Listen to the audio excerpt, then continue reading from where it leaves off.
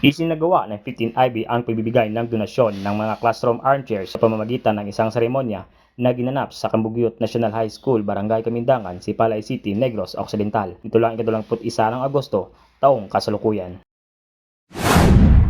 Sa inisyatiba ni Lieutenant Colonel Brian Imbaga Ipo, Acting Commanding Officer ng 15th Infantry Battalion, na isagawa ang opisyal na pagbibigay ng 50 pansilid paaralang upuan para sa mga estudyante ng Cambugiot National High School.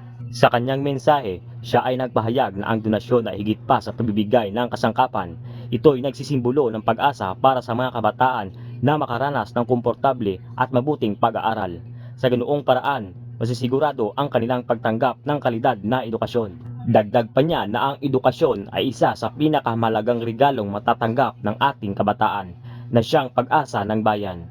Kasama ang layunin na maging isang paraan ang mga upuang ito upang makakatulong na mas makapag-focus at aktibong makilahok ang mga estudyante sa mga aktibidad sa paaralan.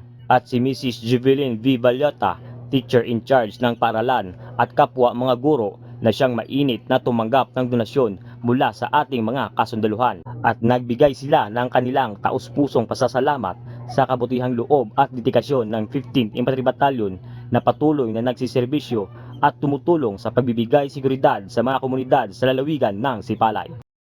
Maraming salamat kay PIT Philippine Army.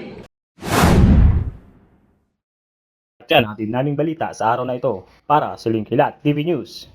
Kamatuoran, pakadto sa katuhayan. J. Bugarso, nag-uulat.